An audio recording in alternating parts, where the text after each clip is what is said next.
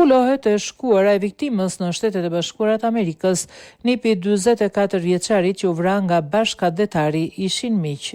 Një 44 vjeçar shqiptar shqylluar për vdekje me armë zjarri në verandën e restorantit të tij Detroit Lions. Viktima, Francesc Shkambi, u thirr nga autori për të dalë jashtë lokalit dhe në atë moment e qelloi me armë. Policia mbriti në vend ngjarje rreth orës 21:40 kur shqiptari u gjeti pa jetë në verandë.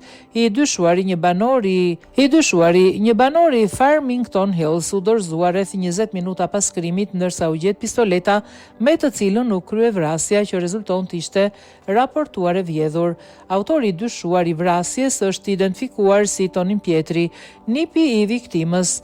Tha për CBC Detroit se 65 vjeçari ishte mik i Franceskut, ishte miku i tij, tha Mark Gjura, duke shtuar.